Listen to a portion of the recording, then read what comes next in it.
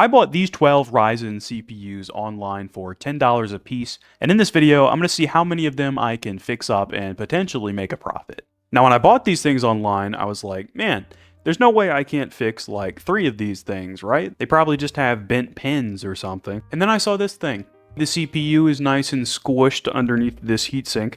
And my god, are there a couple of bent pins on this thing. And to dig myself even deeper into the hole, I had to buy this motherboard to even test any of the CPUs, along with this 4GB stick of DDR4, which at the current moment is insanely expensive for what it is. Before I can even begin to test these CPUs, I'm going to have to assemble this test bench. I went ahead and got this little heatsink fan combo here, which seems to be a mistake considering half the CPUs have the OEM one included, but I am beyond the return window, unfortunately. So we're going to put this guy to use. I have this GTX 660 that I ripped out of a computer in my closet, and I pulled this power supply from the same place. So keeping with the theme of this video, I actually bought this motherboard for as cheap as possible, and I bought this at a steep discount because there is a standoff stuck in it. And if that's the only thing wrong with the board, then it was a steal. What I'm going to do is grab the standoff with these pliers, and I'm going to twist out the screw with this screwdriver. And that should be all that's required here.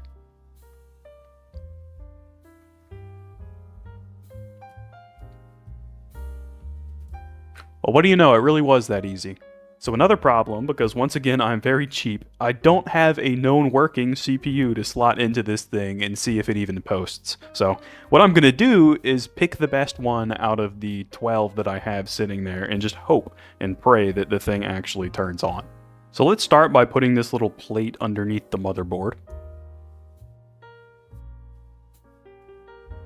And now I'm going to put my stick of RAM in this first slot here.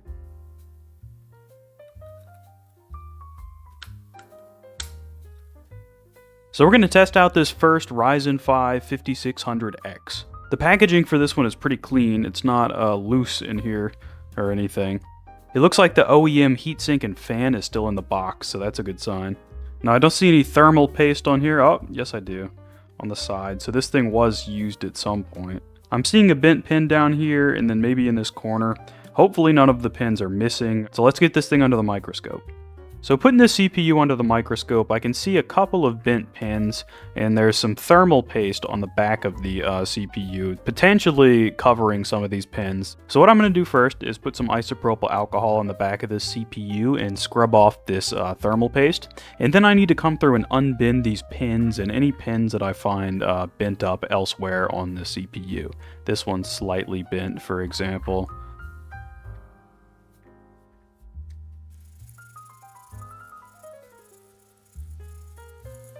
Now that's looking a whole lot cleaner. So I'm going to unbend these pins by just coming in with my tweezers and carefully nudging them in the right direction. You want to be very careful not to put a lot of pressure on the base of these pins because they might snap off and you'll have to come replace them, which is extremely difficult to do at this size, for me anyway. So with this one that's laying down right here, I'm just going to nudge it in the right direction and try and align it with the column that it's in.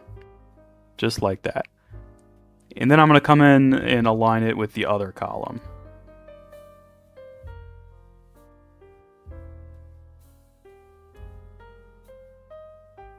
Obviously it's not going to be perfect, but I have a little stencil that we're going to put on top of this thing to make sure that the pins all fit through the holes before I put this into the motherboard socket. It's actually a pretty good sign for me to find so many bent pins because when it comes to CPU repair, it's either a broken or missing pin, or you're kind of out of luck. It's not like I'm going to be removing the cap and diagnosing any sort of issues with the nanometer circuitry.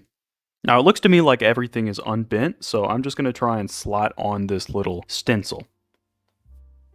So as you can see, this stencil is fitting over this thing very smoothly, so I'm pretty sure that the pins are all aligned just fine. I'm going to apply a slight bit of pressure when I remove it, and hopefully anything that is slightly misaligned will align itself.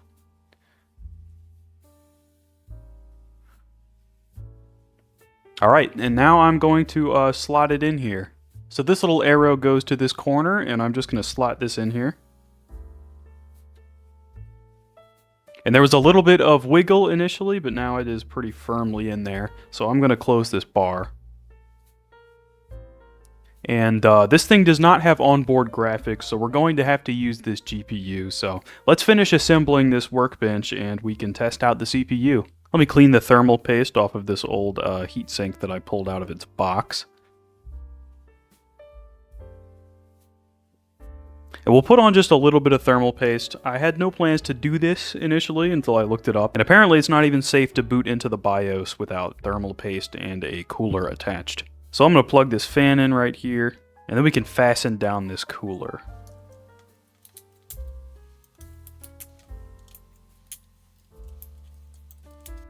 So I'm going to need to prop this board up on something, or else this shield right here is going to be scratching into my desk surface.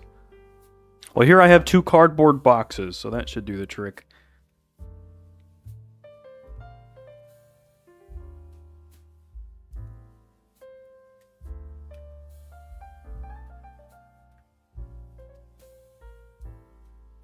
So to be honest with you, I have literally no idea last time that this GPU was used. I have never tested this motherboard. This CPU was sold to me broken, and this power supply is in the same condition as this GPU. So many things could go wrong right now. So I've got the power supply hooked up and I've got a monitor to my left, and I'm just going to jump the power button really quick and see what happens. So the CPU fan spun up immediately and the keyboard's numlock light is on, but the monitor isn't actually getting any signal. So it's the next day now, and I've swapped that 660 for an RX 480 I am borrowing from my dad. We're just going to try and boot this thing and hope that the video card was the issue. And it looks like it's turning on. So I'm not sure what I should do here. I'm just going to press a Y and hope that that works. New CPU installed, it says, and it's recognizing that 5600X.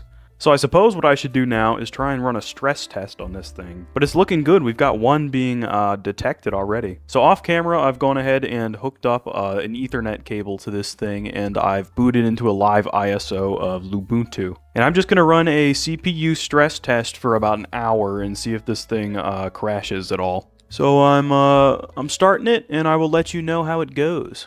So this test ran for about an hour, 0 tests were failed or skipped, and all 12 of them passed. So I'm going to say that this CPU is finished and fixed. I think there's a little splotch of thermal paste right here. Nothing obviously damaged on this one, so this is a good start. Ooh.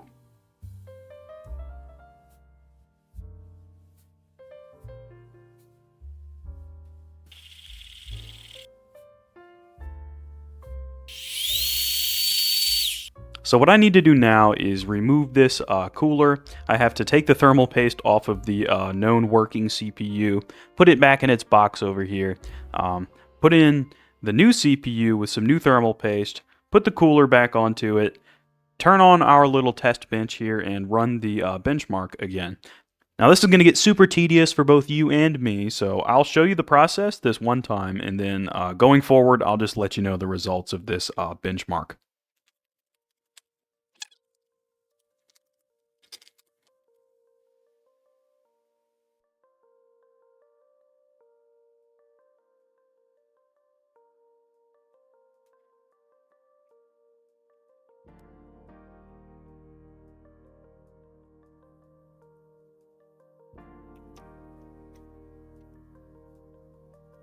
Now this guy's going to go on the shelf until I list it on eBay. There's over that way.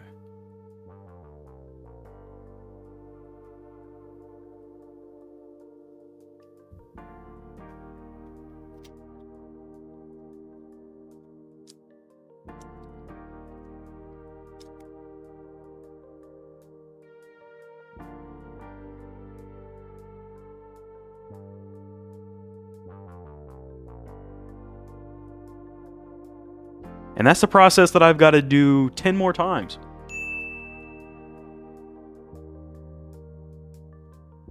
There is some clear bending in this corner. There's some thermal paste on the side right here. Bending down in this corner. And maybe that's a little bit of thermal paste right there. It almost looks like the pin is coming up off the pad, and that's not very good to see. There's some bent pins in this corner at the top too, and down at the bottom.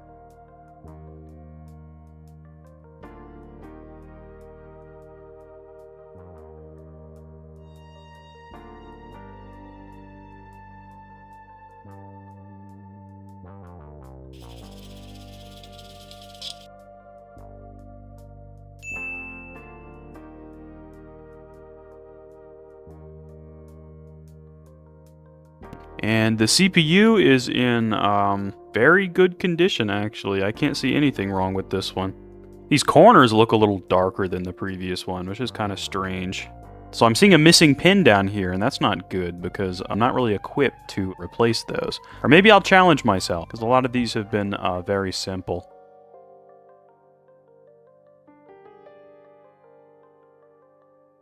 So this pin right here was super weak. I just nudged it a bit too far, so I'm going to have to replace this one as well. So I'm a little bit nervous to do this. I have a super fine tip that I got for repairing traces, but I have never done anything remotely close to this. Well, there we go. I managed to get one of them off, but I bridged the two pins.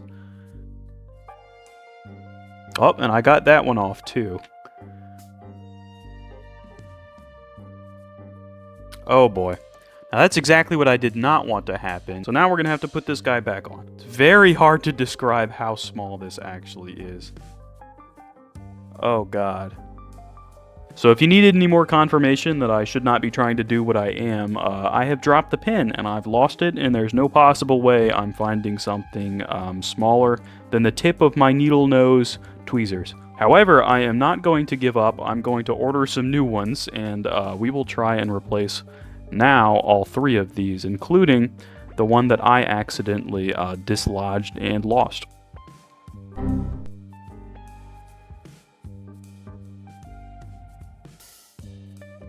I see a pin that's almost flat in the top right corner. Some thermal paste over here on the right side, but I can't really see much else.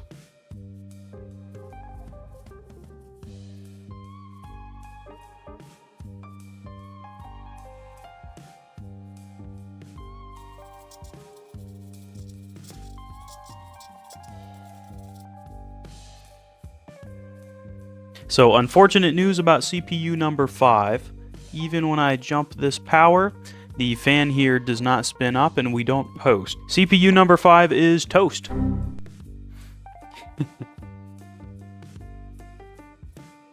And the pins here all appear to be in pretty good condition, honestly.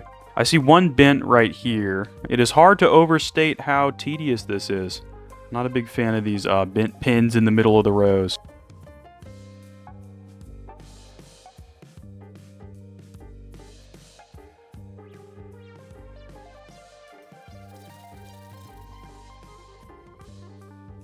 So CPU number 6 unfortunately is not working either. This fan never spins up and we do not post. So that's another one that's 4 parts only.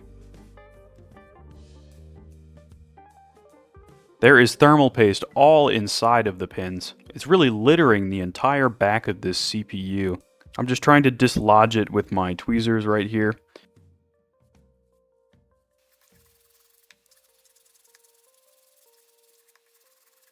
So, looking at this thing through the microscope, I'm seeing some bent pins right in the middle of this guy, which is exactly what I don't want to see.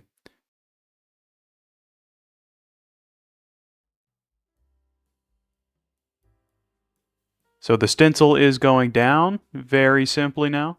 So I believe this is CPU 7 and it has passed all of the tests. So before I even open this thing, I can see a little bit of thermal paste on the back. I'm noticing some thermal paste right here, a bent pin right here, and that's really all I can see at this level. And there's the one that is super concerning. Actually, that nearly looks snapped. And unfortunately, that one is coming off.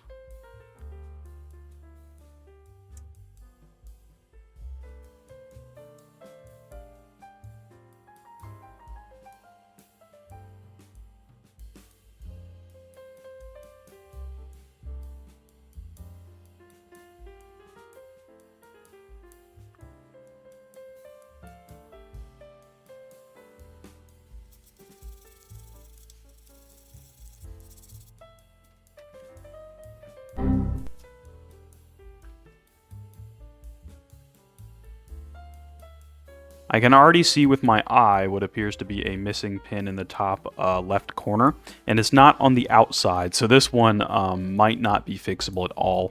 I see some bent pins on every single corner, so this thing has a lot of damage to it. This is just very unusual to me. It's almost like a manufacturer's defect. I mean, how could you get in here and extract the entire pad? If that's the case, then maybe this thing might function without this pin.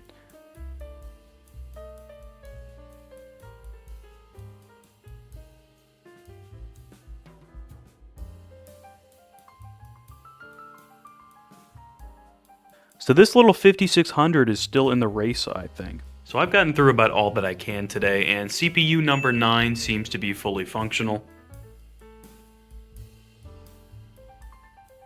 Now, it was pretty obvious when I opened this thing that some of the pins were bent up at the top. There's some more bending in all of the corners, as is pretty predictable. And I think I've realized the reason for that, and that's that the plastic container that you put it in, if you put it in wrong, it gets caught on these corners and bends them inwards.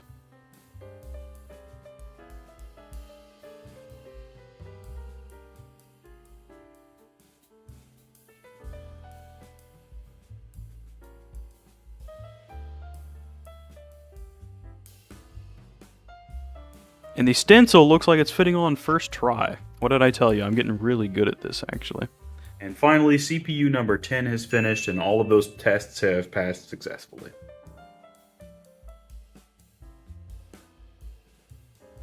I'm not really noticing any bent pins here. There is a small bit of thermal paste right here.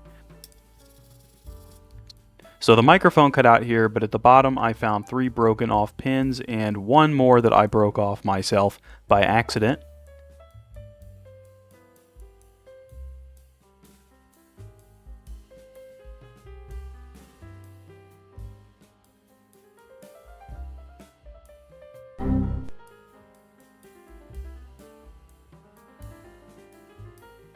Almost certainly beyond repair. You can see immediately that there's thermal paste between the pins. Half of the pins are bent. I don't think we stand much of a chance here, but we're going to try anyway. I feel like I'm putting a band-aid over an amputated leg.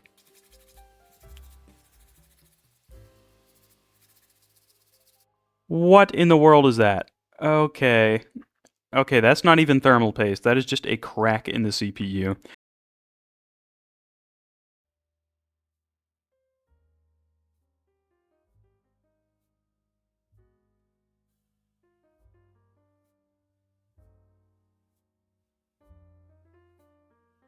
Well, after about 2 hours of work, I was able to get this stencil just barely fitting on, but we have knocked off one too many pins, I think, for me to be able to fix this. Unfortunately, the pins were not just on the outside. There was one pin towards the middle here that I just can't reach with my soldering iron.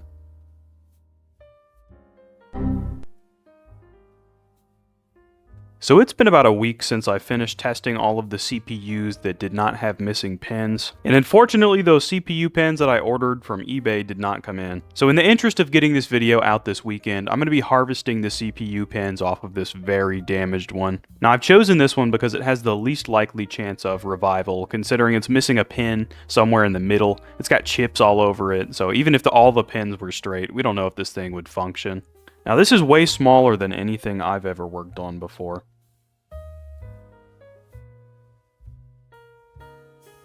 Well, so far my failure rate is an abysmal, like, 30% here.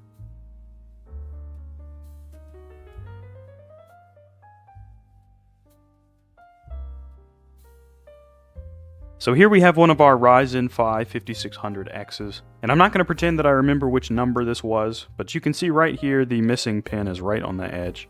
So it is hard to describe how scared I am right now. I'm going to start by putting on some flux.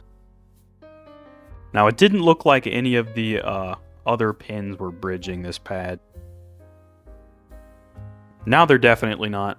And I guess now is the time that I need to grab one of those little microscopic pins and pray that I don't launch it across the entire room. Fortunately, I don't have 2 pairs of straight edge tweezers.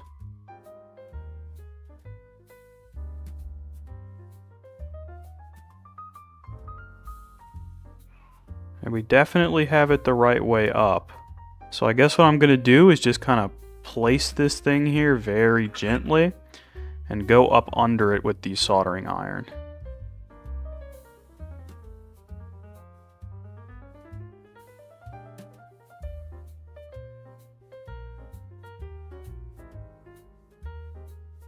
It is flopping around like crazy.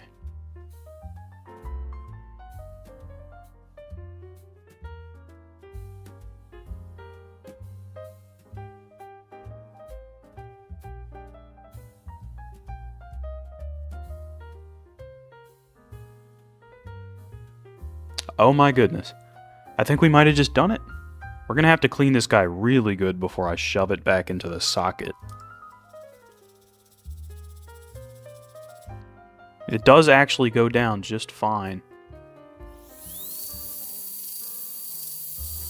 Now I've just blown all of the isopropyl alcohol off, and I've realized what a foolish move that was, considering right over here I have all of the pins that you can barely even see. But luckily, the flux that remains on them kind of stuck them down to the pad. So I put the CPU in the hole, it fits in the socket just fine, and before I put this heatsink on there, I'm just going to jump the power button and see if it spins up. Oh my god. Ah! Check this out, guys. That is insane. This is probably the coolest thing I've ever done in my life. I just soldered a CPU pin back to the CPU, and it actually posts. So now I've just got to run the stress tests on this thing, but it's looking really good. So that first CPU we repaired the pins on has completed all of the tests successfully. Just like the previous one, the first thing I'm going to do is put some flux here.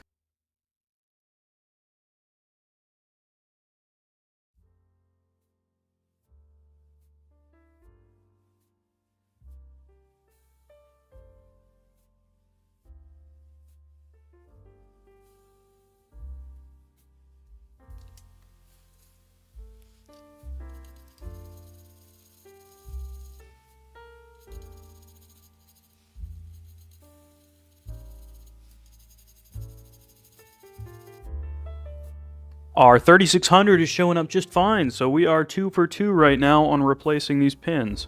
So the tests for the Ryzen 3600 were successful, and now I'm going to move on to the 5600G. Now finally, I've saved the most difficult for last. I say that this is the most difficult because it's missing 4 pins. This is the only CPU I got that had integrated graphics, so it'd be really nice to get this thing up and going.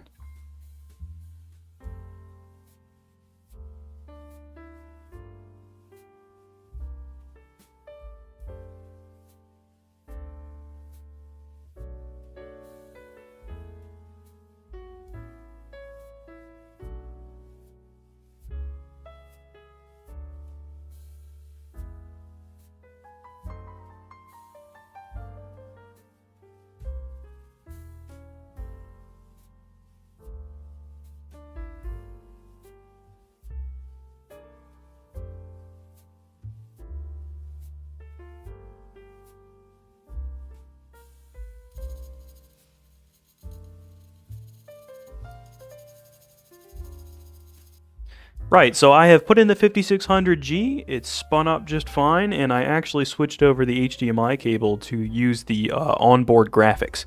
And as you can see, the thing has booted, and our 5600G here has just completed the stress test. So we are indeed 3 for 3 on these CPUs. So in total I have 11 CPUs that I can sell. I have 6 here that are fully functioning. I have 3 here that I replaced the pins on, and those pins are a little more brittle, so I'm selling them at a discount. And then I have 2 that I'm selling for parts.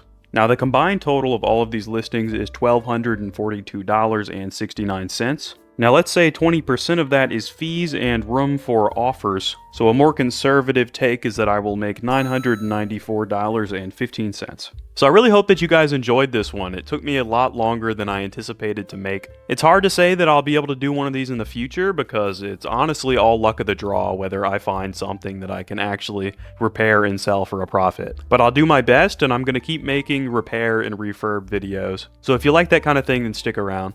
And if you like electronics repair content, go and check out JFix. I've put his channel link in the description. The guy's much more competent than me, and he goes real deep into diagnosis, so if you want to learn a thing or two, really go check him out. But anyway, thanks for watching, and I'll see you in the next one.